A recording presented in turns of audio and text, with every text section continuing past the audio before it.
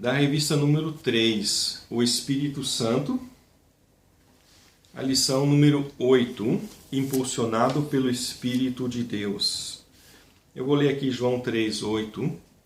O vento assopra onde quer e ouves a sua voz, mas não sabes de onde vem, nem para onde vai. Assim é todo aquele que é nascido do Espírito. João 3:8. Esse versículo foi um dos versículos que me impressionaram bem bastante na primeira vez que eu li a Bíblia, né? Há 30 anos atrás, já ia dizer 40. 30 anos atrás, quando eu li a Bíblia pela primeira vez, quando eu tinha lá meus 16 anos de idade, então já foi 34 anos atrás. Foi um dos versículos que me impressionaram bastante, porque ele fala bastante assim, sobre o que é o Espírito Santo, o que o Espírito Santo faz na vida da gente. Ele está falando do quê? Ele está falando, né, de... Como na semana passada a gente falou, assim, a planejabilidade de algumas coisas, elas, né, diminuem, vamos dizer assim. Que é aquela ideia que as pessoas normais têm, planejar, vou fazer tal coisa, vou fazer tal curso, depois eu vou ter tal emprego, eu vou querer fazer isso, eu vou construir uma casa, daí eu vou casar, eu vou fazer isso, eu vou ter tantos filhos, eu vou comprar um carro, quer dizer, planejar tudo, planejar, né? Ok, a gente também tem planos, tem sonhos, tem ideias, mas a gente entrega tudo isso para Deus, e Deus remodela os nossos planos, quer dizer, Ele, né, coloca outras ideias na nossa mente, ele mostra outros caminhos e tal, traz surpresas, né? Então a gente fica bem mais relaxado, vamos dizer assim, mais tranquilo. E em relação a isso, por exemplo, existe a questão de decepções. Decepções é uma palavra assim que vem forte na minha mente nessa hora, a questão de decepções, porque decepções são algo que machucam muito a gente quando a gente, né, planeja alguma coisa e aquilo não dá certo, né, por causa de pessoas, porque a gente acha que as pessoas vão agir de uma certa maneira, mas elas não agem, ou seja, elas são irresponsáveis, elas falham com a palavra, e aí acabam que as coisas não dão certo, e a gente se frustra, se decepciona, e isso machuca a gente. Então, quando a gente entender esse princípio do Espírito Santo, que nos guia, vamos dizer assim, por caminhos novos, diferentes, né? De vez em quando, também não é toda hora, não é todo dia, mas que ele, né, vai nos, vamos dizer assim, que a gente tem que estar à disposição dele. A gente saber, não, eu posso planejar, posso pensar, mas, como diz lá na carta de Tiago, né, se Deus quiser, faremos isto ou aquilo, que a gente até pode planejar e pensar, não, amanhã eu vou fazer tal coisa e tal, mas se Deus quiser, ele pode chegar no outro dia e Deus disser, sabe aquele teu plano lá, vamos mudar, né? Então, o que a gente faz? A gente diz, glória a Deus, puxa, uma surpresa, né? Algo novo, algo diferente, aleluia, Deus, né, tá agindo, Deus está agindo, que bênção, estou vendo Deus agir, né? Já, vamos dizer assim, outros cristãos que não entendem o agir do Espírito Santo já iam ficar bravos, fiz um plano, planejei, me organizei e agora não está dando certo, né? E ainda até começa a falar, vou repreender isso é coisa do diabo, né? E tal, né? Que quer estragar meus planos, né? Então, muitas vezes as pessoas não entendem o agir de Deus, até acham que é o diabo que está atrapalhando, né? Sendo que às vezes é Deus que está impedindo a gente de fazer uma coisa que Ele não quer, ou porque Ele quer levar a gente para uma outra direção, ou porque quer evitar que a gente faça alguma coisa errada, né? E a gente fez aquele plano maravilhoso, né? E tal, né? Como no alemão se fala, né? Milch, Mädchen, Rechnung, quer dizer, né? A história da moça do leite, conhece? Não sei se você já conhece essa lenda, essa fábula, né, da moça do leite, né, da moça que vendia leite e daí ela, carregando o balde de leite na cabeça, estava caminhando e aí estava fazendo a conta. Se eu vender esse leite eu vou ganhar 10 reais e daí amanhã eu vou vender mais o leite, vou ganhar mais R$10, daí eu vou vender todos os dias o leite e ganhar 30, cada dia R$10, num mês são R$300. Aí eu vou pegar esses R$300, comprar uma vaca, e daí eu vou depois, mais um mês, comprar mais uma vaca, e depois de um ano eu tenho 10 vacas, e daí eu vou vender essas vacas e tal, aí eu vou comprar uma casa, isso e aquilo. Aí, caminhando, de repente, tropeçou numa pedra, derramou o leite no chão. Aí ela, não, lá se foram minhas casas.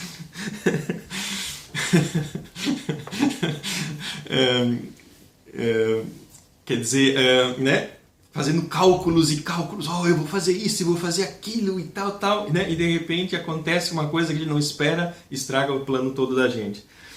E na vida do crente, né? Nada estraga o plano da gente, porque está tudo na mão de Deus. Então, se acontece alguma coisa, é porque Deus, né, está agindo ali, está impedindo, está fazendo alguma coisa, está fechando uma porta porque Ele quer abrir uma outra porta e coisas desse tipo. Então, isso faz a vida da gente ficar muito mais relaxada, tranquila. A gente sabe, não, eu vou dar o meu melhor, vou trabalhar, vou ser responsável, mas, independente disso, Deus vai guiar, Deus vai fazer, Deus vai abrir portas, Deus vai fechar portas e, né, vai fazer o melhor. E aqui nesse contexto estou lembrando de duas ideias importantes. Uma delas é aquele versículo que diz: tudo coopera para o bem dos que amam a Deus. Então, né, é uma grande verdade, tudo coopera para o bem dos que amam a Deus, mas muitos estão entendendo errado o que significa esse bem. O bem dos que amam a Deus, que muitos estão entendendo o bem como conforto, como riqueza. Então, eles estão pensando que, eu estou planejando aqui, né, pegar meu dinheiro, ou abrir uma empresa, e daí ter funcionários, e daí eu ganhar muito dinheiro, e tal. E aí se acontece, Deus, né, atrapalha esse plano, Deus fecha as portas, daí eles, não, mas não está escrito lá que tudo coopera para o bem dos que amam a Deus e tal. Quer dizer, então eles não entendem que o bem que Deus, né, enxerga como bem, aquilo que para Deus é o bem, não é a mesma coisa que as pessoas enxergam como bem. O que Deus enxerga como bem? O nosso progresso espiritual, nossa relação com Ele, nossa intimidade com Ele, nossa firmeza espiritual, nossas vitórias espirituais e coisas desse tipo. Isso é o bem que Deus quer. Como o apóstolo Paulo, né, usou aquele versículo que muitos também distorcem, né, que diz assim: tudo posso naquele que me fortalece. Então, muitos pegam esse versículo para dizer o quê? Então, em Deus, né, nós podemos tudo, ou seja, podemos ficar rico, podemos ganhar bastante dinheiro e tal, mas isso é um abuso, né, desse texto, porque está escrito assim: sei viver contente na fartura, sei estar contente em toda situação, sei lidar com a riqueza e sei lidar com a pobreza. Quer dizer, né, saber lidar com a pobreza é difícil, saber lidar com a riqueza é mais difícil ainda. Que, né, quando se é pobre, se trabalha para tentar sobreviver. E quando se é rico, né, aí muitas vezes a pessoa acaba esquecendo de Deus. Ou se atrapalha. Né? Então tem pessoas que durante a juventude eram pobres, aí trabalham, ganham dinheiro, começam a ter bastante dinheiro, aí se atrapalham, porque não sabem o que fazer, como administrar o fato de ter bastante dinheiro. E assim por diante. Então, por isso, né, tem um versículo no Antigo Testamento que diz: Deus não me deixe não ser pobre, né, para não te amaldiçoar, e nem ser rico para não te esquecer, alguma coisa assim. É um versículo que tem muita sabedoria. Quer dizer, né, ser pobre e não ter o que comer é bem ruim, mas ser rico e ter muito dinheiro é bem difícil. Jesus disse que são poucos ricos que vão entrar no reino de Deus. Né? Então, vamos dizer assim, seria ótimo ser rico, porque a gente podia fazer muita coisa para o reino de Deus, ajudar muitos missionários e tudo isso, seria ótimo, mas a maioria dos ricos acaba esquecendo de Deus. Então, a riqueza geralmente não é algo tão bom. Geralmente o bom é o meio termo, vamos dizer assim. Mais uma coisa que eu lembrei em relação a esse versículo de João 3:8, que é um pequeno acontecimento que um dia desses, num estudo bíblico, numa reunião de discipulado que eu tive lá na cidade de Bielefeld, vieram algumas pessoas visitantes, vieram ali e visitaram aquela reunião. Eu estava dando a aula e depois da aula puxei conversa com os irmãos ali que tinham vindo visitar, e aí eu perguntei para um deles,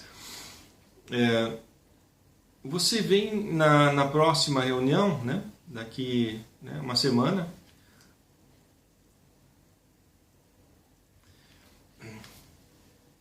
E aí então, né, em relação a essa pergunta, você vem daqui uma semana na próxima reunião? Aí ele respondeu assim, eu não sei onde é que o Espírito Santo vai me guiar. Se o Espírito Santo me guiar para vir, eu vou vir, né? Daí, né, eu entendi que ele estava se referindo a esse versículo que diz, né, o vento assopra onde quer e ouves a sua voz, mas não sabes de onde vem nem para onde vai. Assim é todo aquele que é nascido do Espírito. João 3,8. Quer dizer, ele pegou esse versículo e interpretou ele de um modo exagerado, fanático, vamos dizer assim. Que a Bíblia não fala disso, de a gente dizer, se o Espírito Santo me guiar, amanhã eu vou trabalhar. Se o Espírito Santo não me guiar, eu vou faltar no trabalho. Quer dizer, dali 2 semanas eu já estou desempregado de novo, né? Tem gente que pensa desse jeito, né? Eu pego um trabalho, né?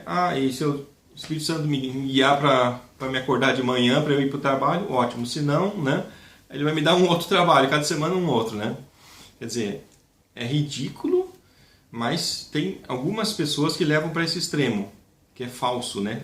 Por isso que eu escrevi toda essa revista, exatamente porque tem pessoas que interpretam errado, né? Vamos dizer assim, exagerando. Quer dizer, nesse caso eu digo que é um exagero, levar isso aqui a um extremo total, né? De dizer o Espírito Santo me guia a cada instante, o Espírito Santo me guia a cada mínima coisa que eu faço. Quer dizer, eu penso, eu vou jantar hoje ou não? Se o Espírito Santo me disser para jantar, eu vou jantar, senão eu não vou jantar, ou alguma coisa assim. Não, quer dizer, eu tenho minha rotina, eu levanto todo dia, tomo o meu café e daí eu trabalho, né? Não dependo que o Espírito Santo venha toda hora me dizer, tu tem que fazer isso, tu tem que fazer aquilo, tu tem que fazer aquilo, né? Até porque eu entendo que Deus, ele quer ver o que nós fazemos, qual é a nossa reação, qual é o que nós vamos fazer a partir de nós mesmos, porque como eu sempre já tenho falado, que somente aquilo que a gente faz a partir de nós mesmos é que tem um valor moral. Ou seja, somente aquilo que a gente decide e que a gente faz a partir do impulso que vem da gente mesmo é que tem um valor moral, tanto positivo como negativo. Né? Como eu já citei exemplos negativos, por exemplo, pessoas possessas pelo demônio que fazem coisas erradas, que, sei lá, fazem alguma coisa ruim. Então esse ato ruim... Sobre esse ato ruim, a pessoa não tem responsabilidade. A pessoa que está fazendo isso, ela não tem culpa. Por quê? Porque ela está sendo um instrumento direto do diabo, vamos dizer assim. Então, ela não tem culpa. E a mesma coisa, vamos dizer assim, o Espírito Santo, muitas vezes ele fala para a gente fazer uma certa coisa, né? Quando a gente está em dúvida, pensa, será que eu devo fazer isso? Será que eu devo fazer aquilo? A gente ora, pede, ele mostra para a gente fazer. Mas, vamos dizer assim, a partir de um certo ponto, a gente mesmo tem que decidir o que fazer, a gente mesmo tem que entender, a gente mesmo tem que tomar as coisas na nossa mão, num certo sentido. Como eu digo assim, Deus me disse, vai ensinar a Bíblia. Né? Jesus me disse, vai ser um professor de Bíblia, vai ser um professor de discipulado. Então isso o Espírito Santo me falou. Agora, eu não preciso cada dia perguntar de novo, dizer, Espírito Santo, aquela ideia de ser um professor de discipulado está em pé, né? Ou se já mudou de ideia, né? Quer dizer, não, ele disse, vai, né? E aí eu vou, né? É como aqui na Alemanha acontecia muitas vezes de a gente estar indo para um certo lugar na estrada, quando a gente ainda não tinha sistema de navegação. Então a gente andando e de repente via uma placa com o nome daquele bairro ou daquela cidade que a gente estava procurando. A gente viu uma placa apontando para frente. Aí, então tá, temos que ir para essa direção. Aí a gente ia naquela direção, andava e ficava lá 5 quilômetros e não via mais placa nenhuma. Estamos na estrada errada porque não estamos vendo placa nenhuma. Então nós chegamos a entender que aqui na Alemanha o trânsito funciona dessa maneira. Quando tem uma placa que manda você ir reto para uma direção, E você não vai mais ver outras placas repetindo essa informação. Você vai andar um tempão e lá na frente vai aparecer uma placa com o nome daquela cidade ou daquele bairro apontando para a esquerda. Ah, então tá, então agora temos que ir para a esquerda. Aí você anda até chegar num lugar onde vai ter de novo uma placa dizendo, apontando para a direita. Aí você muda e anda. Ou seja, você não tem a necessidade de ficar toda hora tendo uma nova placa dizendo a cidade é para frente, ó, continue ali porque a cidade que eu estou procurando é ali, mais 1 quilômetro, a cidade é nessa direção, continue, né? Não tem a necessidade de ficar repetindo aquela informação, desde que você continue naquela estrada, não há necessidade de ficar repetindo. Então a mesma coisa o Espírito Santo com a gente, ele fala, vai fazer tal coisa, aí a gente vai e fica fazendo aquela coisa, até que o Espírito Santo vem e diz, não, agora ok, tá bom, não precisa mais fazer isso, mas vai fazer outra coisa. Aí a gente vai fazer outra coisa, entendeu? Não precisamos ficar cada dia perguntando, devo continuar nesse caminho e tal, mas né, ele já falou lá atrás, vai para esse lado, vai nessa direção. Então, né, porque senão um cristão não teria responsabilidade nenhuma. Isso, né, responsabilidade que nem eu te falei. Se o Espírito Santo me disser, então eu vou trabalhar, eu vou fazer, né? Não, o Espírito Santo já disse, vai. Né? E a própria Bíblia diz, quem não quer trabalhar, que não coma, né? Por exemplo, está lá na Bíblia. Então não há necessidade de perguntar ao Espírito Santo, tu queres que eu tenha um trabalho? Queres que eu, né, tenha um emprego, alguma coisa assim, né? Tem certas coisas que a gente não precisa perguntar, porque está escrito já na Bíblia, né? Tá, então vamos para a próxima página.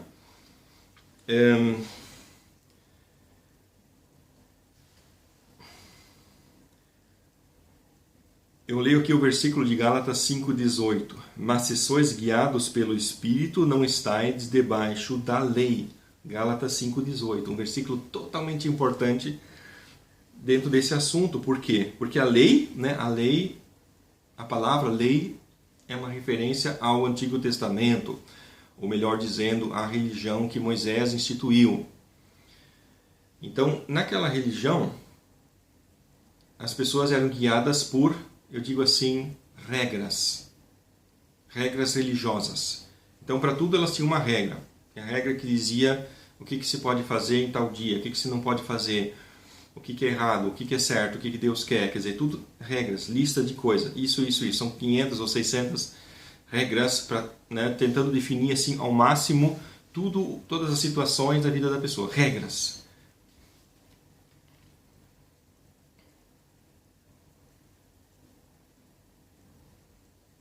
Está escutando?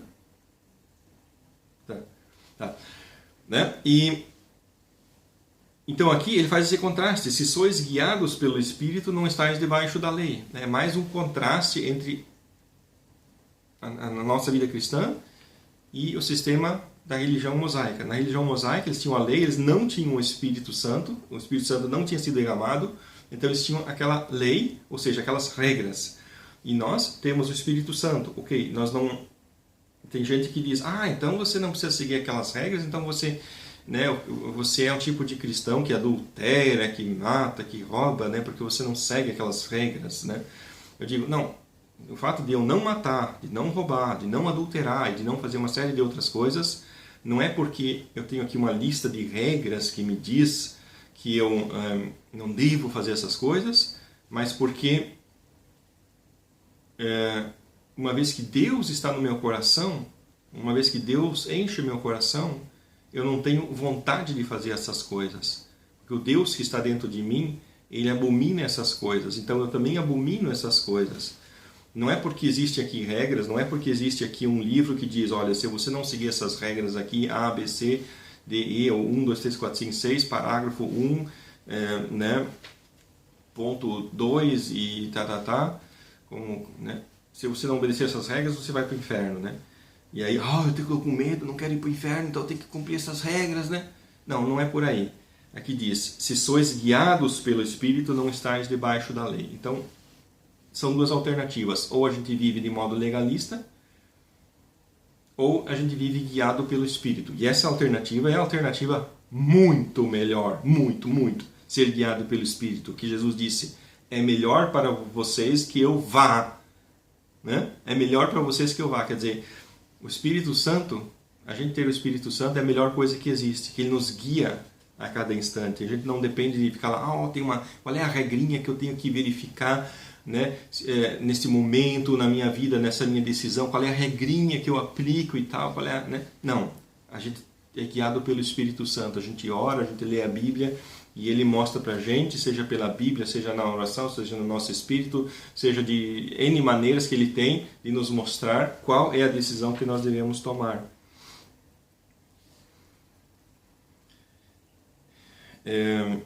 2 Coríntios 3:6, o qual nos fez também capazes de ser ministros de um novo testamento, não da letra, mas do Espírito, porque a letra mata e o Espírito vivifica. 2 Coríntios 3:6. E fica claro de novo esse contraste entre lei e Espírito. Ou seja, a lei, aquela religião que Moisés deu, cheia de regrinhas. E o Espírito é o que? O Espírito Santo. O Espírito, ele nos vivifica. Se a gente segue regras, a gente murcha espiritualmente, vira que nem uma uva passa espiritual. Quer dizer, se você, né, com o passar do tempo, você vai tomar conhecimento de pessoas que são crentes em Cristo, mas que acabaram escorregando para esse lado do legalismo, de ficar seguindo regras, de ficar, tem um versículo que diz isso, tem um versículo que diz aquilo, eu não posso fazer isso, não posso fazer aquilo, porque se eu fizer isso é pecado e eu vou para o inferno, não sei o que lá. Acabam caindo para esse lado, e aí acabam murchando espiritualmente que nem uma uva passa. Elas não conseguem mais ser guiados pelo Espírito Santo, porque com essas regras eles acabaram empurrando o Espírito Santo para fora, sem perceber. Então por isso é bem importante a gente não fazer isso, não escorregar para esse lado. A gente buscar muito o Espírito Santo, buscar muito a orientação do Espírito Santo, que também é uma orientação através da Bíblia. Ele usa a Bíblia para nos orientar, mas não desse modo legalista, mas sim de um modo vivo. É só quem tem o Espírito Santo que consegue entender isso, e o que eu só quero enfatizar é isso. Nós só temos essas alternativas. Está escutando? Tá. Né? Nós só temos estas alternativas. Né? Alternativas, ou a gente segue a lei, ou seja, regras de conduta, regras morais, ou a gente segue o Espírito Santo, que nos torna santos, nos torna mais perfeitos, melhores, usando a Bíblia, nos iluminando em nosso espírito. São duas alternativas. Gálatas 5, 18 e 22. Mas se sois guiados pelo Espírito, não estáis debaixo da lei, mas o fruto do Espírito é amor, gozo, paz, longanimidade, benignidade, bondade, fé, mansidão, temperança. Contra estas coisas não há lei. Gálatas 5, 18 e 22 e 23. Então aqui de novo esse contraste entre esses dois tipos de jeito de encarar as coisas. O fruto do Espírito é amor, gozo, paz, longanimidade e benignidade. Isso o Espírito Santo produz. Então existem pessoas legalistas que pegam esse versículo e dizem: aqui temos um versículo que diz, o cristão ele tem que ter amor, ele tem que ter longanimidade, ele tem que ter benignidade, né? Ele tem que ter essas coisas. Então temos aqui mais algumas regras que temos que seguir. Nós temos que ter amor, nós temos que ter gozo, nós temos que ter paz, né? O que é uma contradição total, quer dizer, né? Uma contradição total. Uma pessoa dizer, temos aqui 9 regras, né? A mais, além das 500 ou 600 que já tinha, mais 9. Eu tenho que ter amor, né? Quer dizer, é ridículo, né? Mas tem pessoas que caem por esse lado, que começam a ler a Bíblia desse jeito, né? Quer dizer, que acabam fazendo do cristianismo uma religião judaica estendida, vamos dizer assim, né? Sem o Espírito Santo, não baseada no Espírito Santo, mas em regras. Então, né, o fruto do Espírito é amor, paz, longanimidade, benignidade. Quer dizer, se alguém diz, eu sou guiado pelo Espírito, mas se essa pessoa é cheia de ódio, é cheia de tristeza, é cheia de... não tem paz, né? Não tem longanimidade, não tem benignidade, né? Aí a gente vê, aí tem uma coisa errada. Então se a pessoa diz que é guiada pelo Espírito e não tem essas coisas, né? Então peraí, tem alguma coisa errada. né? Então tem pessoas que quando a gente fala assim, eu creio no cristianismo vivo, numa fé viva, numa fé que é baseada no guiar do Espírito Santo. Então já tem pessoas que pensam, então você acha que você pode pecar, que você pode fazer tudo errado, que você pode matar, roubar, adulterar, que isso não é pecado e coisas assim. Então já tem pessoas achando isso, né? São as pessoas que não conhecem o Espírito Santo, que não tiveram experiências com o Espírito Santo, não sabem como ele trabalha, então eles pensam isso. Eles pensam que quando a gente não aceita o legalismo, aquele sistema, é porque a gente é liberal, porque a gente só quer fazer coisas erradas em nome do Espírito Santo. Então, porque as pessoas que não conhecem o Espírito Santo, eles pensam desse jeito. Então, mas não tem como, né? Não tem como a gente transmitir o gosto de uma coisa para uma outra pessoa, né? Tipo assim, se eu como uma laranja, eu não posso te perguntar, né, Leandro, o que você acha? Que gosto essa laranja tem? Ela é doce? Ela é azeda? Né? Quer dizer, não tem. Então, né, não tem como a gente transmitir uma experiência para uma pessoa. Então, uma pessoa que não experimentou o Espírito Santo, que não sabe, né, não conhece o Espírito Santo, ele não consegue entender.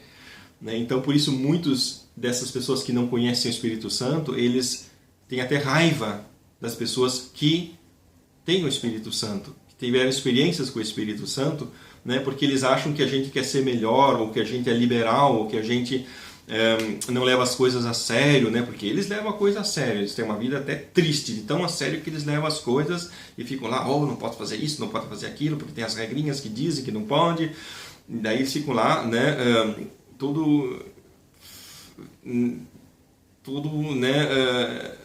não tenho nenhuma palavra, me falta até uma palavra para dizer assim, como que essas pessoas ficam espiritualmente, que nem uma uva passa espiritual, assim, tudo enrugado, assim, né? E, então, por isso que eu falo, são alternativas. São alternativas. Se a gente escolher a alternativa errada, a gente vai virar isso. E se a gente escolher a alternativa certa, ou seja, de ser guiado pelo Espírito Santo, quer dizer, através da Bíblia, lendo a Bíblia, orando e deixando o Espírito Santo guiar a gente, é isso que vai encher a gente de amor, alegria, né? Gozo, que gozo significa alegria, paz, longanimidade, benignidade. Essa é a escolha certa, esse é o caminho certo, é o caminho da felicidade.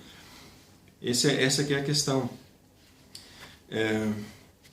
O título da lição, impulsionado pelo Espírito de Deus, quer dizer, quando a gente decidiu que a gente entregou a nossa vida na mão de Deus, não apenas para o que vai acontecer depois da morte, que muitos pensam assim, ser cristão é você entregar a tua vida para Jesus, ou seja, quando você morrer não vai para o inferno. Não, ser cristão é a gente entregar a vida para Jesus e tudo o que acontece na vida da gente é entregue na mão dele. E ele não apenas conserta as coisas erradas que acontecem, mas não, ele quer nos impulsionar, como diz ele, impulsionado pelo Espírito de Deus, ele quer nos dar a direção, ele quer mostrar para que lado a gente deve ir. O objetivo ao qual ele nos impulsiona, né? Então, 2 Coríntios 3:18, mas todos nós, com o rosto descoberto, refletindo como um espelho a glória do Senhor, somos transformados de glória em glória na mesma imagem, como pelo Espírito do Senhor. 2 Coríntios 3:18. Não sei se eu já usei o exemplo de... no livro do Apocalipse tem duas imagens que me impressionam bastante. Uma delas é que fala do dragão. O dragão, vírgula, a antiga serpente. E tem outra, a imagem de Jesus. E quando Jesus aparece para João, né, João cai no chão, de tão espantado que ele fica e nem reconhece que é Jesus. Sendo que João era o discípulo amado, que andava o tempo inteiro com Jesus. E João viu Jesus ressuscitar. Então João conhecia Jesus muito bem. Por que João cai, né, cai no chão quando vê Jesus? Porque o Jesus que ele vê no dia do Senhor, que lá no Apocalipse diz, João, né, viu no dia do Senhor, né, teve essa visão no dia do Senhor. Então, tem pessoas que acham que esse no dia do Senhor se refere ao domingo. Mas se a gente for ler na Bíblia, procurar a expressão o dia do Senhor, lá na Bíblia online, digitar lá dia do Senhor, aí vai aparecer uma lista de lugares na Bíblia onde aparece a expressão dia do Senhor. E se a gente ler esses textos, vamos ver que está se referindo ao quê? À volta de Cristo. A volta de Cristo. Então, João, ele foi transportado em espírito para o dia do Senhor, ou seja, para o dia da volta de Cristo. E o que ele viu? Ele viu um Jesus, né, resplandecente, um Jesus majestosíssimo, ou seja, né, 2000 anos depois de que Jesus ressuscitou, talvez 3000 anos, a gente não sabe quando Jesus vai voltar, mas muito, muito tempo depois. Então Jesus estava muito mais resplandecente, muito mais poderoso, muito mais, né, não tem nem palavras para dizer. E a mesma coisa o diabo, que ela fala, o dragão, a antiga serpente. Quer dizer o que? Dragão é algo muito, muito pior do que a serpente, algo muito mais terrível que a serpente. Do que eu aprendo disso? Que o tempo, quer dizer, não é bem um tempo, talvez, né, tem que revisar essa palavra, mas eu digo assim, o tempo amplifica as pessoas. Deixa eu dizer assim, o tempo amplifica as pessoas. Ou seja, o tempo, ele faz com que as pessoas sejam sempre mais aquilo que elas são. Que as pessoas sejam sempre mais fortemente aquilo que elas são. Então Jesus, quando ressuscitou, ele já era glorioso, né? Já era glorioso. Mas o tempo foi passando e o que acontece? Jesus, ele está vivo, ele está agindo no mundo, está agindo, e essa ação dele são sempre ações de amor. Sempre ações boas, ações de ajudar as pessoas, responder orações, curar doentes e coisas desse tipo. Então Jesus está fazendo muita coisa boa. E essas coisas boas que ele faz tornam ele sempre melhor. E a mesma coisa o diabo. O diabo é a antiga serpente. Lá no início, no paraíso, ele era uma serpente. Mas, no passar do tempo, no correr da história, ele foi sempre fazendo mais coisas ruins, levando as pessoas a pecar e, né, tentando destruir a vida das pessoas, está fazendo muitas coisas ruins. E isso torna ele sempre mais ruim, sempre pior. Por isso que lá na frente, quer dizer, lá na volta de Cristo, Satanás ele é chamado de dragão, a antiga serpente, quer dizer, ele de serpente se transformou em dragão. E como Jesus, né, vamos dizer assim, que quando ressuscitou, ele é muito parecido com um ser humano. A semelhança física dele era um ser humano. E lá na frente, na volta de Cristo, né, a semelhança dele, continua sendo um ser humano, mas é tão resplandecente, tão brilhante, tão poderoso, tão cheio de luz, tão, né, que João não reconheceu. E isso, a mesma coisa se refere a nós, a todas as pessoas, a todas, sejam boas ou ruins. Assim, eu estou entendendo a Bíblia, que as pessoas ruins, elas se tornam cada vez piores, ou seja, elas vão fazendo coisas ruins, e isso, como é que eu vou dizer assim, gruda na alma das pessoas. As coisas boas ou ruins que a gente faz, gruda na alma da gente, e faz com que a gente fique sempre melhor ou pior, conforme, né, se essas coisas são boas ou ruins. E aqui, 2 Coríntios 3,18, ele fala isso, né? Nós somos transformados de glória em glória. Quer dizer, se a gente está ligado com a glória de Deus, se a gente está cheio do Espírito Santo, se a gente está em contato com Deus, então isso vai grudando na alma da gente, por assim dizer, e vai transformando a gente no passar do tempo.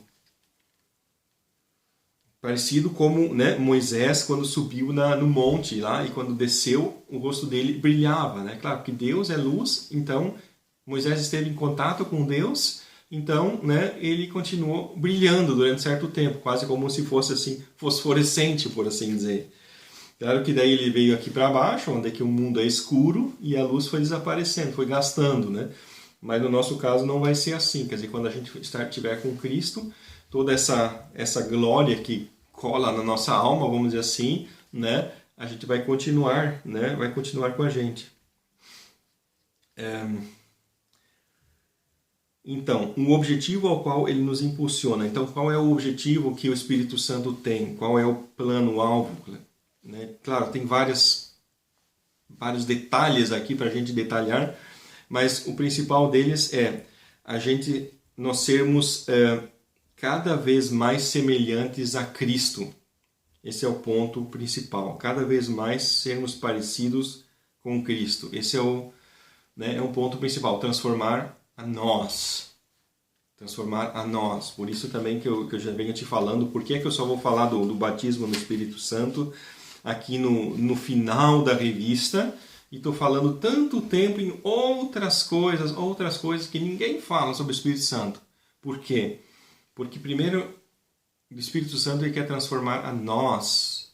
Esse é o trabalhar dele principal. Que nós sejamos pessoas melhores, mais santas, mais parecidas com Cristo. Esse é o ponto principal. Não adianta a gente fazer muitos milagres, né? Como diz lá, muitos naquele dia me dirão, Senhor, Senhor, não fizemos muitos milagres em teu nome, né? E tal, né? Aí Jesus vai dizer, nunca vos conheci, vós que praticais a iniquidade. Quer dizer o quê? Pessoas que estão fazendo coisas erradas pelas costas, vamos dizer assim, e lá, né, na igreja, fazendo coisas em nome de Jesus, orando pelas pessoas em nome de Jesus. Jesus, ok, está curando, né? Uma pessoa lá que talvez até está fazendo coisas erradas, tem uma vida dupla, vamos dizer assim, mas ele vai lá e ora e fala em nome de Jesus, esteja curado, né? Então Jesus cura aquela pessoa, mas a pessoa que falou isso, esteja curada em nome de Jesus, a pessoa que falou isso pode ir para o inferno, né? Por quê? Porque quem curou aquela pessoa foi Jesus, e não aquele que orou, porque, né, muitos pensam assim, então é uma prova de santidade. Se a pessoa ora por um outro e ele é curado, então é a prova que aquela pessoa é santa. Não é bem assim. Não é bem assim. Por isso a busca da santidade é algo bem, bem importante na vida da gente. E né, tem pessoas que acham, não, eu tenho um bom trabalho na igreja, eu prego, eu oro pelas pessoas, então Deus está contente comigo. Não, isso é uma coisa. A outra coisa é o nosso caráter no profundo, quem nós somos de verdade.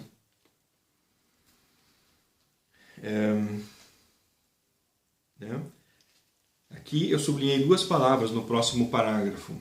O que devemos fazer e também o jeito de vivermos, né? São duas coisas. O que eu devo fazer? É uma pergunta importante. O que eu devo fazer? Devo trabalhar nesse emprego? Devo trabalhar no outro emprego? Devo pregar ou não devo pregar? Ou, enfim, o que eu devo fazer? O que? É uma coisa importante. Mas a outra coisa importante é o jeito de tratarmos as pessoas. O jeito de sermos, o jeito de trabalharmos. Isso é um ponto que o Espírito Santo quer nos transformar, ou seja, o nosso caráter, o modo como fazemos uma coisa. Se a gente prega por amor a Deus ou prega por a gente achar que a gente é maravilhoso, eu sou um pregador tão maravilhoso e tal, né? Não. O que nos leva, o que nos motiva, o que está por trás do que a gente faz. Então são duas coisas, né? O Espírito Santo quer que a gente faça muita coisa para Deus. Deus, né? Ele fica contente quando a gente prega, quando a gente evangeliza, quando a gente... Ok, ele fica contente. Mas por trás disso tem que estar isso, o amor. Né? O jeito de a gente fazer as coisas. Motivado pelo Espírito Santo, cheio do Espírito Santo. Aqui eu coloquei um parágrafo, né? Um parágrafo uma ideia que eu peguei de uma pregação que eu escutei na internet, que eu gostei muito, onde que o pregador comparou a parábola do bom samaritano com a obra do Espírito Santo, como se o bom samaritano fosse um símbolo do Espírito Santo. E então ele leva aquele senhor que foi assaltado, leva ele para uma hospedaria para ele ser curado naquela hospedaria, né? Então seria como se a igreja é esse lugar onde que a gente recebe essa cura, esse trabalhar. Então eu sempre procuro conectar tudo com a igreja, porque isso é muito importante, porque tem pessoas que acabam também caindo num outro erro de dizer, eu tenho o Espírito Santo, não preciso mais ir na igreja.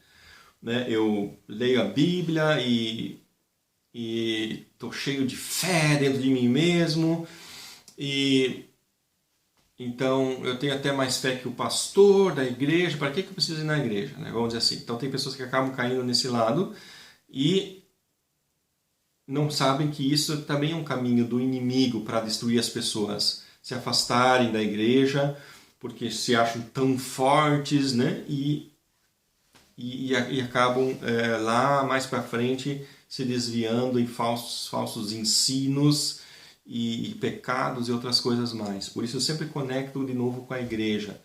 A igreja é um local totalmente importante, até para a gente viver essa plenitude do Espírito Santo, ou para a gente compartilhar isso com outras pessoas, com os irmãos, e também é um lugar onde a gente recebe também, né, mais do Espírito Santo, muitas vezes. Né? Muitas vezes eu vou na igreja e me sinto, né, uma coisa assim, abençoado, sinto que lá é um lugar que está cheio do Espírito Santo. Não é sempre, às vezes acontece, né? Mas é vice-versa, às vezes a gente está cheio do Espírito Santo e a igreja não está tão cheia como a gente dá para os outros. Às vezes a gente está um pouco vazio, a igreja está cheia do Espírito Santo, a gente recebe, né? Talvez a gente dá, às vezes a gente recebe, né? Por isso sempre é importante a gente participar da igreja e entender a importância da igreja no projeto de Deus. Tá? Na próxima página, cooperação. Né?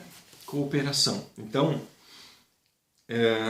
tem pessoas que caem no extremo de pegar um versículo que diz assim: Deus é que opera em nós o querer e o realizar. Então pegam um versículo como esse e dizem: Deus é que faz tudo. Deus faz tudo. Nós não precisamos fazer nada. Né? A gente se senta ali no banco da igreja, escuta e vai para casa. Deus é que faz. Né? Então tem pessoas que pensam desse jeito, mas é um jeito totalmente errado. Por quê? Porque o interessante é que o versículo diz assim: Deus opera o querer e o realizar. Ou seja, Deus ele mexe a gente, toca na gente para a gente querer fazer uma certa coisa e ele nos dá a força de realizar aquela coisa. Então, se nós não queremos fazer nada para Deus, se nós não realizamos nada para Deus, é porque Deus não tocou na nossa vida e nós, né, não temos o Espírito Santo. Então, né, essas pessoas que falam isso: Deus é que faz tudo, né? Deus é que opera tudo, né? Então, cabe a nós o quê?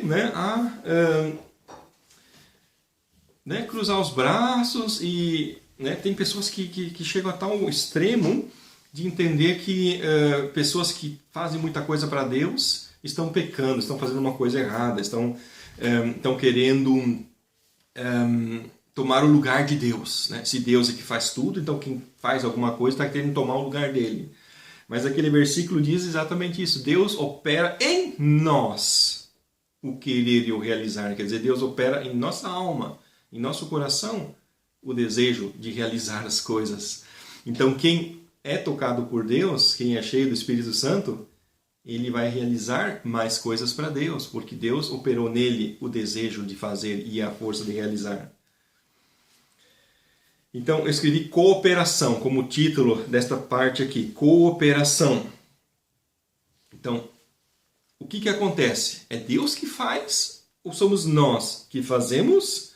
E para explicar isso, eu uso a palavra grega sumantelambanomai, né? Que significa isso, cooperação. Cooperação significa... é como o vento e o barco à vela. Né? Sem o vento, o barco à vela não pode ir para lugar nenhum. Né? Mas se não tiver barco à vela, o vento também pode soprar quanto quiser, que não vai levar barco para lugar nenhum. Quer dizer... Tem que ter os dois. Tem que ter os dois. Né? Ou, por exemplo, o veleiro só pode ser impulsionado pelo vento depois de recolher a âncora e levantar as velas. Né? Então está lá o veleiro, está lá, né, dizendo: mas eu estou aqui no porto e o vento... não me leva para lugar nenhum, né? O vento não me leva para lugar nenhum. O vento assopra, mas eu não estou indo para lugar nenhum, culpa do vento, né? Mas não, aqui diz soltar, recolher a âncora e levantar as velas. Que significa o quê? Tem gente falando, o Espírito Santo, ele não está me levando para lugar nenhum, né? Mas a gente tem que levantar as velas, ou seja, a gente tem que se abrir para né? Deixar o Espírito Santo guiar a gente. Quando ele nos fala, quando ele nos toca, a gente reagir, a gente ir para o lado que ele está nos empurrando, né? Ele dá um toquezinho na gente, a gente perceber isso, né? Como a gente levar uma cutucada, digamos, se alguém vem e cutuca a gente do lado esquerdo, a gente, opa, eu tenho que ir para aquele lado, né? Querendo dizer assim, vai para aquele lado. Então, é uma coisa, o Espírito Santo ele vem e cutuca a gente, para a gente entender, eu tenho que ir para aquele lado. Então, nós temos que reagir, nós temos que, né, deixar ele nos impulsionar. Não adianta o Espírito Santo assoprar que nem um vento, assoprar em cima do barco, e o barco está lá com a âncora no chão, né, embaixo na água, está lá preso. Né? E assim são muitas pessoas, estão presas, estão com medo, estão lá presas ao legalismo, às suas regras religiosas e tal, né? E aí ficam lá, mas o Espírito Santo ele não me leva para lugar nenhum, o Espírito Santo, né? E tal. Sim, por quê? Porque para a gente ser guiado pelo Espírito Santo, nós temos que nos libertar das nossas, vamos dizer assim, amarras, das nossas ideias, dos nossos planos, dos nossos, né, projetos ou do nosso modo fixo de ver as coisas. Nós temos que nos libertar. Por isso eu tenho um hino muito bonito da harpa, um dos meus prediletos, que é aquele solta o cabo da nau, né? Solta o cabo da nau e navega, né, com fé em Jesus. Quer dizer o quê? Navegar, ir para o mar. O barco tem que ir para o mar. Né? O barco tem que ir para o mar, só que a maioria das pessoas são que nem barcos que estão presos no porto. Presos pelo medo, pelo medo de mudar, pelo medo de ser levados para algum lugar desconhecido, para algum lugar novo, para algum lugar diferente, uma coisa perigosa e coisas assim, né? Então estão lá presos, né? E aí, claro, ficam lá achando que todos os barcos que navegam em mar alto, esses são os hipócritas, né? Esses navegam em mar alto, eles querem ser melhor que os outros, né? Sendo que navegam em mar alto é as pessoas que tiveram a coragem de dar um passo de fé e se libertar e seguir a voz do Espírito Santo. Né? O Espírito Santo ele não faz nada em nosso lugar, né? Como eu te falei antes. Tudo o que alguém outro faz em nosso lugar não tem valor moral. Valor moral só tem aquilo que nós fazemos. Então, o Espírito Santo, ele vem, né, e fala ao nosso ouvido, por assim dizer, assopra na nossa consciência, assopra no nosso espírito, ideias, coisas que ele gostaria que a gente fizesse, mas nós é que temos que obedecer. Nós podemos rejeitar, nós podemos ser desobedientes, dizer, não, né, não vou fazer, né? Quer dizer, claro, ninguém falaria desse jeito, diz assim, não, eu quero desobedecer ao Espírito Santo. Ninguém falaria desse jeito, mas a maioria das pessoas, quando o Espírito Santo toca uma pessoa para fazer algo diferente, algo novo, a maioria das pessoas reage falando o quê? Eu tenho medo. Né?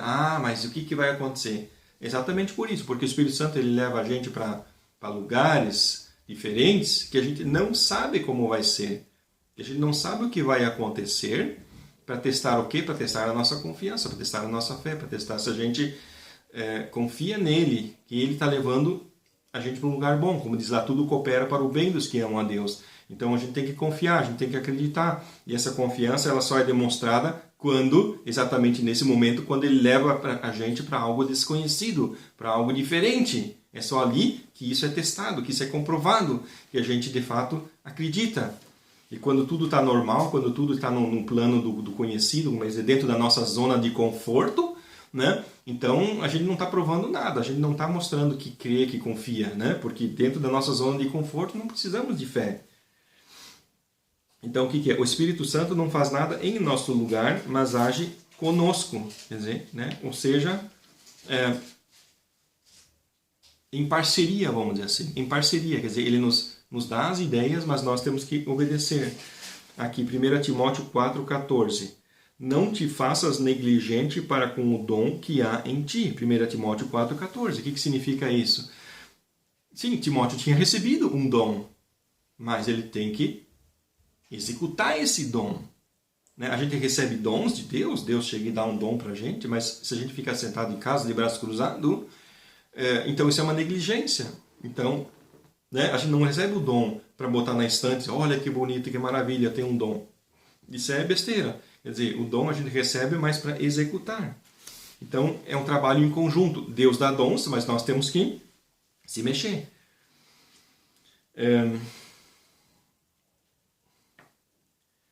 Né? O Espírito Santo, ele não nos força. Né? Não é que nem no caso de uma pessoa que é possessa por um demônio, né? O demônio ele usa aquela pessoa do jeito que quiser.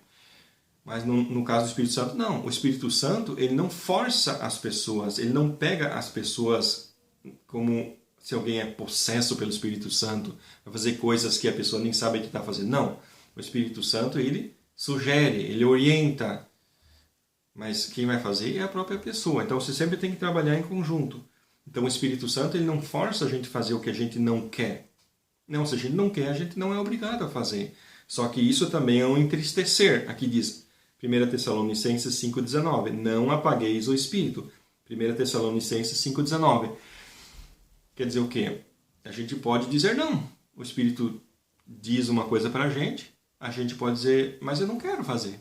Sim, mas a consequência vai ser que dali para frente, vamos dizer assim, o Espírito Santo ele vai devagarzinho se retirar. Devagarzinho ele vai dizer, tá bom, se o Rolf não quer fazer o que eu quero, tudo bem, também, então não vou, né, mas dar opinião na vida dele, vamos dizer assim, né?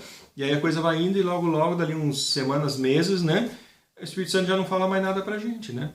E daí, então, né, eu digo isso até por experiência própria no passado, que teve vezes que aconteceu coisas parecidas, que eu vejo, por que o Espírito Santo agora não está falando mais comigo, né? E daí eu vou orar e Deus me fala assim, mas né, olha lá para trás, olha o que aconteceu lá há um mês atrás. O Espírito Santo te mostrou certa coisa e você não fez, você não obedeceu.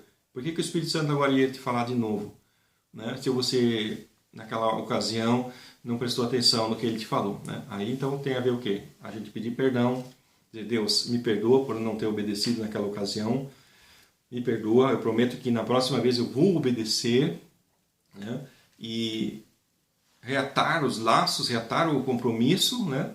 E aí, por favor, Senhor, fala de novo comigo, me mostra de novo, né? E aí ele fala com a gente tem que fazer. E quanto mais a gente faz, mais ele mostra. Quando a gente desobedece, é o contrário.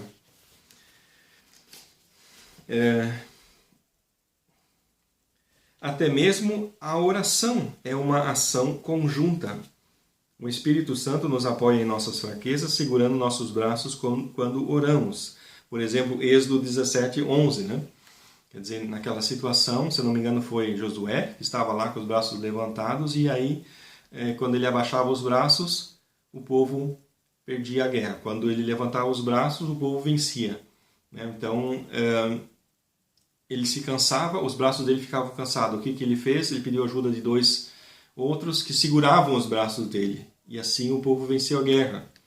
É um exemplo para falar do quê? Sim, a importância da oração para a gente vencer as batalhas espirituais. A importância de a gente orar muito. E o Espírito Santo ele nos ajuda em oração. Aqui Romanos 8:26. Também o Espírito semelhantemente nos assiste em nossa fraqueza, porque não sabemos orar como convém. Romanos 8:26. Quer dizer, o Espírito Santo, ele nos dá ideias. Quando a gente está orando, o Espírito Santo ele nos dá ideias do que orar. Por isso a gente tem que entender isso, que quando a gente está orando, a gente tem que estar sensível ao Espírito Santo, ficar atento ao que ele está nos dizendo para a gente orar. Por quais pessoas, por quais situações, por quais coisas a gente deve orar, ficar atento ao que ele fala, até porque é isso que ele quer nos dar. Quer dizer, a gente tem que pedir para Deus aquilo que ele quer nos dar. E aí a gente vai receber. Então, por isso, ficar atento ao Espírito Santo. Então, ele nos mostra como orar. Nós não sabemos como orar, então a gente pede. Por isso, sempre é bom fazer isso no início da oração. Uma das primeiras coisas da oração, pedir isso. Espírito Santo, ou Jesus, me mostra como eu devo orar, me dá as palavras, me dá as ideias, né? É importante, isso ajuda bastante. Próximo título, livre para fazer a vontade de Deus. 2 Coríntios 3,17. Ora, o Senhor é Espírito, e onde está o Espírito do Senhor, aí há liberdade. 2 Coríntios 3,17. Os seguidores de Jesus são chamados para serem livres. Isso aqui é muito, muito claro. Se o Filho do Homem vos libertar, verdadeiramente sereis livres. Então essa palavra tem em vários lugares no Novo Testamento. Quando a gente segue Jesus, a gente é chamado para ser livre. E o que é ser livre? O que significa ter liberdade? E aí eu sempre falo para os meus discípulos, segura na cadeira, tá firme aí? Tá bem firme na cadeira para o que eu vou dizer agora. O que significa a palavra liberdade? Já teve discípulos meus que ficaram chocados depois de escutar o que eu falei. Que brigaram comigo. Não é isso não.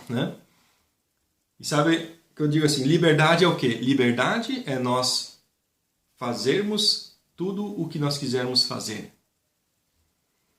Liberdade é isso, é fazer tudo o que a gente quer fazer. Poder fazer tudo o que a gente quer fazer, ou fazer tudo o que a gente quer fazer. Isso significa liberdade. E daí, muitos falam, não pode ser isso, Não pode ser, quer dizer, que o cristão pode fazer tudo o que ele quiser, também pecado e o mal e tudo isso, ele pode fazer. Eu digo, bom, se um cristão quer fazer o mal e o pecado, então ele não é um cristão de verdade. Por isso eu digo, a liberdade é a gente poder fazer tudo o que a gente quer. E a ênfase desta frase está na palavra quer. Quer dizer, o que eu quero? O que meu coração deseja? Do que meu coração está cheio? Esse é o ponto. E quando meu coração está cheio da vontade de fazer o que é bom, o que é correto, o que é certo, aí eu posso fazer tudo o que eu quero.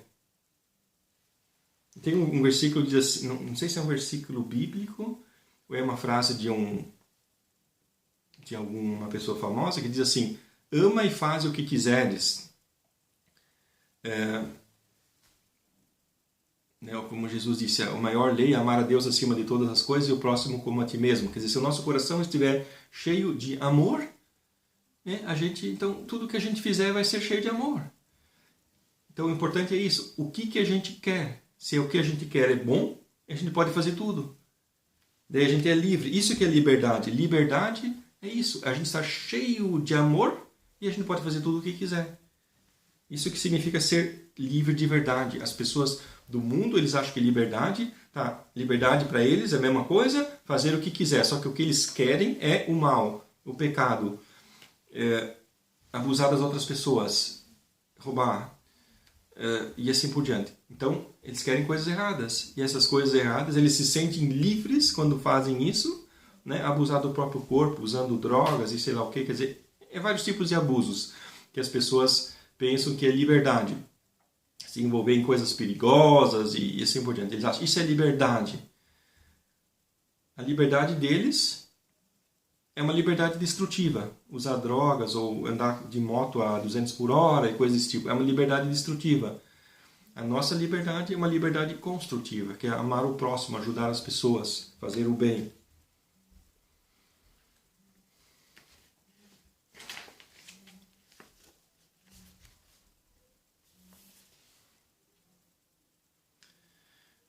Na outra página, a verdadeira liberdade é servir a Deus e ao próximo em amor. Eu leio aqui Gálatas 5,13. Porque vós, irmãos, fostes chamados à liberdade. Não useis então da liberdade para dar ocasião à carne, mas servi-vos uns aos outros pelo amor.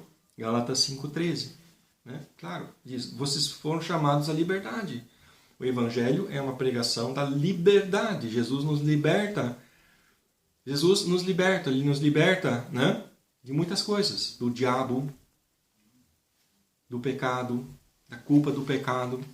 Agora, se as pessoas continuam servindo o diabo e praticando o pecado, então eles não estão livres do diabo e do pecado. Então, se Jesus nos liberta do diabo, é para não mais fazer o que o diabo quer. Jesus nos liberta do pecado, é para não mais fazer o pecado. E aí nós somos livres, Só que tem pessoas que confundem. Eles acham, Jesus nos liberta, então agora eu estou livre para fazer o pecado. né? É um modo errado de entender a coisa, né? Né? Então, né, essa palavra liberdade é uma palavra que a gente tem que mastigar muito para entender isso. Nós somos livres. Por que estamos estudando 13 semanas sobre o Espírito Santo? Para nós entender que ele nos faz livre, Jesus nos faz livre, que isso nos liberta, para nós sermos pessoas cheias de vida espiritual, cheias de alegria espiritual, cheias de, né, cheias de poder espiritual, e isso que é a maior liberdade, né? A gente entender que a gente está no centro da vontade de Deus, que Deus nos mostra o que Ele quer e que daí a gente também obedece isso e que isso leva ao nosso amadurecimento espiritual, e tudo são coisas tremendas e maravilhosas. Último título, superar. Ser impulsionado pelo Espírito Santo significa fazer coisas que pelo nosso próprio entendimento não faríamos. Por exemplo, Atos 13, 4. E assim estes enviados pelo Espírito Santo desceram a Seleucia e dali navegaram para Chipre. Atos 13, 4. Então, ser guiado pelo Espírito Santo tem, né, sempre a ver com isso. Que nós fazemos nossos planos, o que não é errado. Né, e quando a gente é cheio do Espírito Santo, a gente pede para Ele nos mostrar que planos devemos fazer. E muitas vezes o Espírito Santo entra lá no meio de um plano, a gente está achando, que maravilha, estamos indo nessa direção. Né? Aí chega o Espírito Santo lá no meio e diz, não, agora você vai pegar outra direção. Né? E aí o cérebro humano ele fala, não, mas isso é ilógico, isso não faz sentido, isso, né? Exatamente por isso, né? Exatamente por isso que, né, significa ser guiado pelo Espírito Santo, porque quando nós usamos nosso raciocínio para achar o que é lógico, o que vai funcionar, o que vai dar certo, ok, devemos usar nosso raciocínio. E o Espírito Santo ele sempre testa a nossa fé, nos colocando, né, de vez em quando, em situações que mexem nisso, onde é que a gente é questionado se a gente confia, se a gente vai obedecer, né, coisas que a gente não entende, que não se explicam pela lógica, que não fazem às vezes sentido, se a gente vai obedecer a isso, né? E agora, erros. Cristãos legalistas vivem tentando evitar erros. É uma coisa boa, evitar erros. É uma coisa que não é ruim, com certeza. Mas eu tenho a impressão que tem muitos cristãos que estão dedicando muito percentual da sua energia para evitar erros. Eu digo em excesso, estão usando um percentual excessivo da sua energia no trabalho de evitar erros. E, né, é bem complicado falar sobre esse assunto, porque parece assim, o Rolf ele quer que a gente faça a coisa errada. Deixa eu dar uns exemplos aqui. Né? Todos os grandes homens e mulheres de Deus, além de Jesus, fora de Jesus, cometeram erros e até erros grandes. Abraão, né, disse que a sua esposa era sua irmã. Davi adulterou e assassinou. Pedro negou Jesus 3 vezes. Tá? Então, 3 exemplos de grandes personagens bíblicos que fizeram erros. E Abraão foi o primeiro exemplo que eu usei. Abraão cometeu um erro, mas o que não impediu que ele fosse chamado pai dos crentes. Davi cometeu um erro, mas que não impediu que ele fosse chamado um homem segundo o coração de Deus. Pedro cometeu erro, o que não impediu dele se tornar o principal apóstolo de Jerusalém.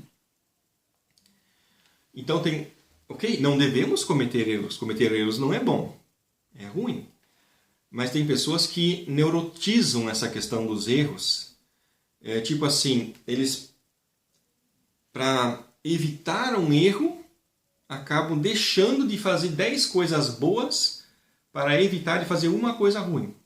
Ou seja, tipo assim, eles pensam, eu poderia hoje pregar. Não, mas eu poderia talvez falar uma coisa errada. Poderia pregar ali alguma coisa que não seja bem correta, cometer um erro teológico. Então o que eu faço? Eu não vou fazer, não vou pregar. Ou seja, deixam de fazer algo bom por causa da possibilidade de fazer uma coisa errada. Né? Então, eu sempre nesse lugar eu pergunto, eu faço uma pequena historinha que eu inventei. Não sei se já usei essa historinha para ilustrar. Uma historinha que eu inventei, lógico, é uma história inventada, que é uma proposta, vamos dizer assim. Uma história que propõe uma coisa. Então, a historinha é a seguinte. 2 funcionários de uma empresa que montam uma certa peça.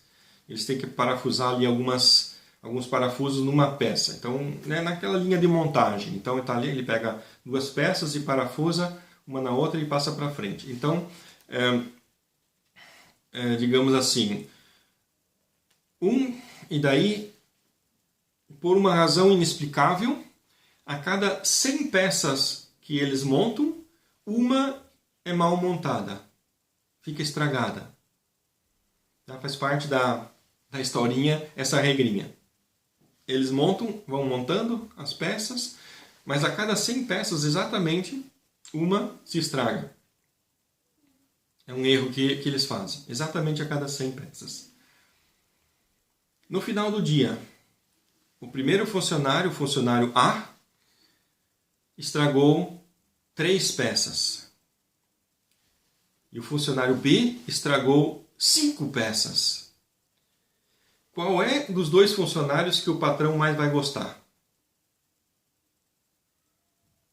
Conseguiu entender a pegadinha? É uma pegadinha. Né? É uma pegadinha. Por quê? Porque o que estragou 3 peças significa que ele montou 297. Quer dizer, ele montou 300 e estragou 3. O que estragou 5, porque ele montou 495. Quer dizer, ele montou 500 e das 500, 5 estragaram. Ou seja, na verdade, o que estragou 3 é porque ele só montou 300 peças. O outro que estragou 5 é porque montou 500 peças. Quer dizer, ele estragou mais porque trabalhou mais. E, na verdade, assim é tudo na vida. Quer dizer, quem comete mais erros é porque faz mais coisas. Essa que é a realidade. Pessoas que cometem mais erros são as pessoas que mais fazem. Quem só fica em casa não faz erro, mas também não faz nada. Né? E tem muitos que acabam caindo nessa falha mental de achar, não, eu não posso fazer coisa errada, né? Porque a Bíblia diz, não matarás, não adulterarás, não furtarás, não farás isso, não farás aquilo, não farás. Eles acham assim que o que Deus quer é que a gente não faça coisas erradas. Ok, Deus, né? Agora qual é a minha resposta? Dizer, claro, Deus não gosta que a gente faça coisas erradas. E eu não estou querendo dizer assim, vamos sair e fazer coisa errada. Não, mas o ponto que eu quero mostrar é que toda pessoa que faz coisas boas acaba também fazendo coisas ruins. Uma pessoa que faz 1000 coisas boas talvez faz uma coisa ruim. E todo mundo só olha em cima daquela coisa ruim, entende? Se fosse pelos legalistas, digamos, Abraão tinha que ser riscado da Bíblia. Não, Abraão, olha só o que ele fez, falou que a esposa dele era irmã dele, ele não presta. Abraão, joga fora. Esse nem pode ser chamado cristão, né? Se fosse por certas pessoas. Ou então Davi. Não, Davi, olha só, ele adulterou, ele, né, mandou matar Urias, né? Esse nem presta para ser cristão. Rasga, tira fora da Bíblia, né? Se fosse por muitos. Mas o que a Bíblia nos mostra é exatamente o contrário. E nós não podemos só olhar o erro que a pessoa fez. Nós temos que olhar também as coisas boas que a pessoa fez. É assim que Deus olha. Como Pedro negou Jesus 3 vezes, sim, mas ele foi o maior apóstolo e até morreu por Jesus no final. Então não podemos só olhar os erros que as pessoas fazem, mas sim a quantidade de coisas boas que as pessoas fazem. Isso que é o ponto. E nós temos que entender, Deus quer que a gente faça muita coisa boa. Deus quer que a gente faça muito, que nós sejamos produtivos, como está escrito lá, né? Nisto é glorificado meu Pai em que deis muito fruto. Então Deus quer que a gente faça muita coisa, que a gente seja ativo, que a gente seja forte, que a gente seja proativo, que a gente, né, enfim, meta a cara, que a gente, né, se envolva, que a gente, né, faça atividades e sei lá o que, pregue, evangelize, ore, enfim, né? Que a gente não fique lá, mas eu não sei, eu não vou fazer porque eu talvez faça um erro, eu não vou fazer porque eu não sei. E é claro que ninguém nasceu sabendo, né? Os que fazem é porque tentaram e talvez nas primeiras tentativas não deu certo, mas depois na terceira ou quarta tentativa deu certo, dali para frente foi, né? Então, são as pessoas que estão fazendo, né? Porque meteram a cara, porque, né? Porque treinaram e no início, né? No início é difícil, né? Até andar de carro, por exemplo, tanta gente anda de carro, mas no início, né, você tem que aprender como é que acelera, como é que troca as marchas, como é que faz e deixar morrer o motor e tal, tal. No início, né, é assim. E assim é com tudo, até para caminhar, né? A criança para caminhar, ela leva um tombo, né? Normal, tudo normal, faz parte da vida. Mas assim tem cristãos que estão lá, né, recolhidos. Não, eu não vou fazer porque eu posso fazer uma coisa errada e Deus não vai gostar, vai ficar muito bravo se eu fizer uma coisa errada, né? Não, é o contrário. Deus quer que a gente vá em frente, que a gente meta a cara, né? Como eu digo às vezes assim, né? Jesus war ein Arbeitstier, né? Ou seja, Jesus era um animal de carga, um burro de carga. Quer dizer, em outras palavras, Jesus, ele trabalhava, ele metia a cara, ele não ficava lá, eu não sei, né, e tal. Não, ele ia em frente, ele falava, ele dizia, ele ia e fazia e acontecia, né? Não com o objetivo de fazer coisas erradas, né? Graças a Deus Jesus nunca pecou, mas os outros, os apóstolos e tal, né? A Bíblia fala de coisas erradas que eles fizeram. O apóstolo Paulo, antes de se converter, perseguia os cristãos, até estava do lado de, né, quando foi morto Estevão, né, e tal e coisa. Então, de muitos e muitos, ou da maioria dos grandes líderes, né, até Moisés, por exemplo, que matou o egípcio, né? Então, de todos os grandes líderes da Bíblia, sempre tem alguma coisa negativa que a Bíblia fala. Sempre tem alguma coisa negativa que a Bíblia fala. Para mostrar a gente o quê? Nós não podemos olhar para as coisas negativas, nós temos que olhar para as coisas positivas, nós temos que olhar para o que essas pessoas fizeram.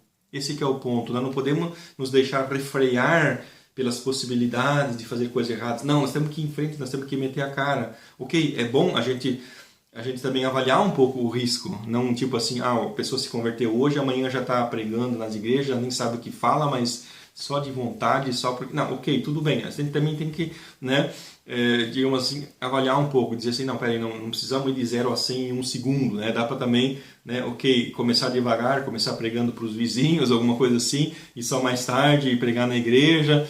Quer dizer, ok, né? Sabedoria é bom, a gente usar a sabedoria, pensar, peraí, Jesus quer que eu, né, quer que eu seja um ensinador da Bíblia, como é, por exemplo, no meu caso, discipulado, fazer discipulado, né? Então, foi algo que fui aprendendo no início, né? Meus primeiros discipulados que eu fiz também, né? Hoje, quando eu olho para trás, penso, poxa vida, né? Queria ter feito tudo diferente naquela época. Mas, ok, tentei, meti a cara, comecei do jeito que eu achava que eu, né? Pensei bastante, pensei. Jesus disse, vai e faz aquele trabalho. Daí eu pensei bastante. Então tá, ok, vou fazer esse trabalho. Jesus mandou fazer. Pensei bem bastante. Como é que eu posso fazer? Fiz de um jeito. E hoje, né, eu digo, ok, se eu pudesse voltar ao tempo, eu faria diferente.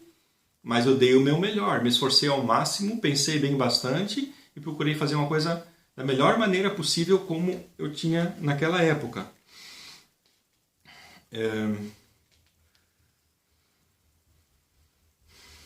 Aqui embaixo diz, a vontade de Deus não se limita ao que não devemos fazer, mas se estende muito mais. Quer dizer, a Bíblia ela fala muito, principalmente o Antigo Testamento, sobre o que Deus não quer que a gente faça.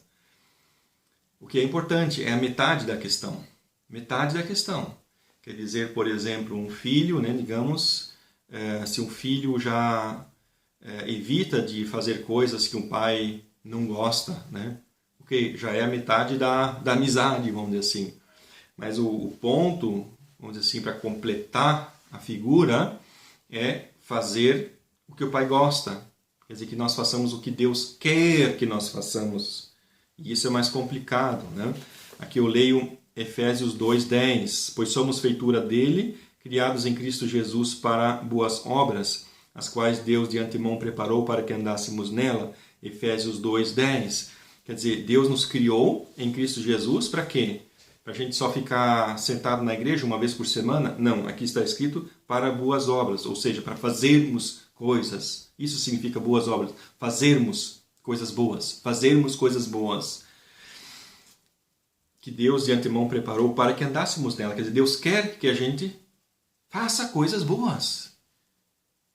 Já lá, quando Deus nos criou, quando Ele nos deu a vida espiritual, o projeto dele era isso. Nós éramos fazer coisas boas. Ele não nos deu a vida eterna, não nos encheu do Espírito Santo para a gente, quando morrer, ir para o céu. Isso, ok, é uma parte bem importante, mas para que a gente faça coisas boas.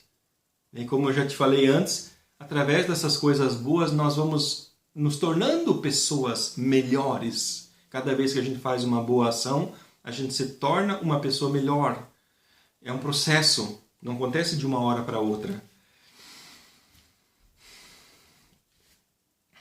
E para terminar, o último parágrafo, né, eu tenho que sublinhar sempre de novo para você não esquecer nunca mais essa questão, né, dessas duas alternativas, do legalismo e da vida no Espírito Santo. São duas alternativas, quer dizer, pessoas que vivem conforme leis, regras religiosas, ou pessoas que vivem num relacionamento vivo com Deus, obedecendo a Deus, claro, através da Bíblia, mas também através da orientação que o Espírito Santo dá.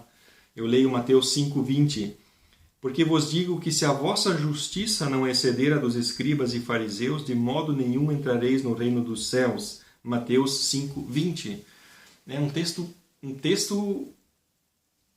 extremamente forte, extremamente forte. Pensa bem, que Jesus está dizendo assim, de modo nenhum entrareis no reino dos céus, se vocês não fizerem tal coisa. Então Jesus está falando muito sério, uma palavra totalmente assim, que é como se ele estivesse querendo chacoalhar a gente, né? Dizendo, escuta aqui, pega essa verdade, capta isso aqui, porque senão tua vida é jogada fora, senão você vai para o inferno. Qual é essa verdade? Se a vossa justiça não exceder a dos escribas e fariseus, né? E também acho que em Marcos ou em Lucas que diz, se a vossa justiça não exceder em muito a dos escribas e fariseus, jamais entrareis no reino dos céus. O que Jesus está querendo dizer com isso? Os escribas e fariseus, eles eram pessoas corretas, pessoas que não roubavam, não adulteravam, não matavam, mas que não sabiam o que era fazer coisas boas. Quer dizer, eles quando olhavam lá para um escriba, para um publicano, né? Aquele publicano não presta, né? Eu sou uma pessoa boa, né? Por quê? Porque eu não mato, não roubo, não adultero. Quer dizer, ou seja, o quê? O critério para ele dizer que ele era uma pessoa boa, as coisas que ele não faz. E as coisas que a gente não faz não tornam a gente pessoas boas. O fato de não matar, de não roubar, não adulterar, não me torna uma pessoa melhor. O que me torna uma pessoa melhor vamos dizer, o outro lado do mandamento. Por exemplo, diz, não matarás, ou seja, não prejudicar a vida de uma pessoa. O que me torna uma pessoa boa é quando eu vou para o meu próximo e beneficio a vida dele para ele ter uma vida melhor. Esse é o outro lado. Ou, por exemplo, o mandamento de não adulterarás, né? Então, o que seria o lado contrário do adultério? O contrário do adultério é ter um relacionamento cada vez melhor com a esposa.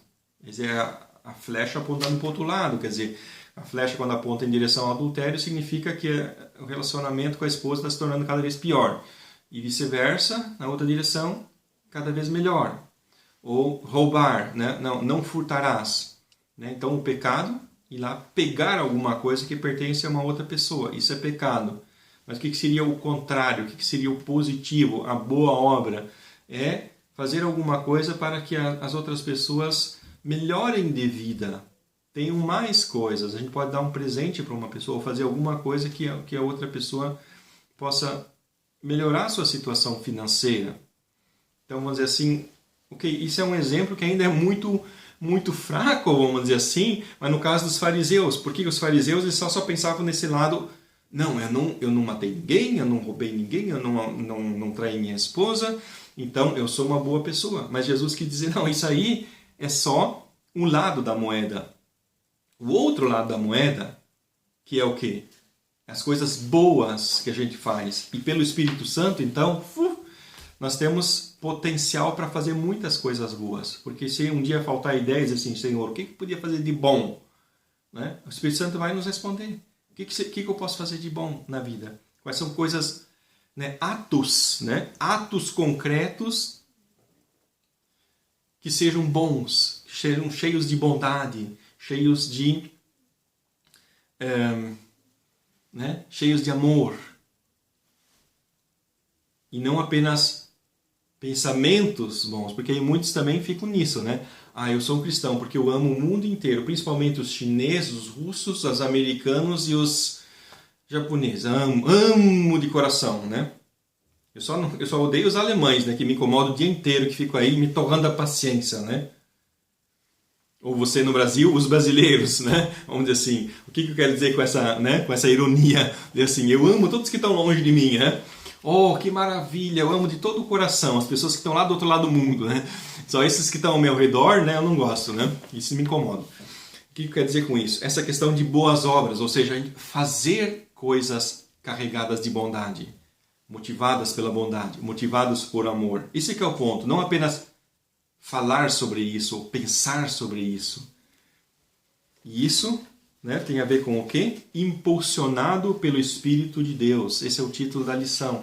Quando o Espírito Santo nos impulsiona, ele nos impulsiona a sermos pessoas mais proativas, pessoas que têm menos medo de ficar fazendo coisas erradas, de cometer erros, e têm mais coragem de fazer coisas boas, de fazer coisas certas. Eu vou ler aqui as duas perguntas que nós logo vamos debater. A primeira: o que significa dizer que um discípulo de Cristo é verdadeiramente livre? E a segunda pergunta: como funciona a colaboração entre nós e o Espírito Santo? Amém. Aleluia.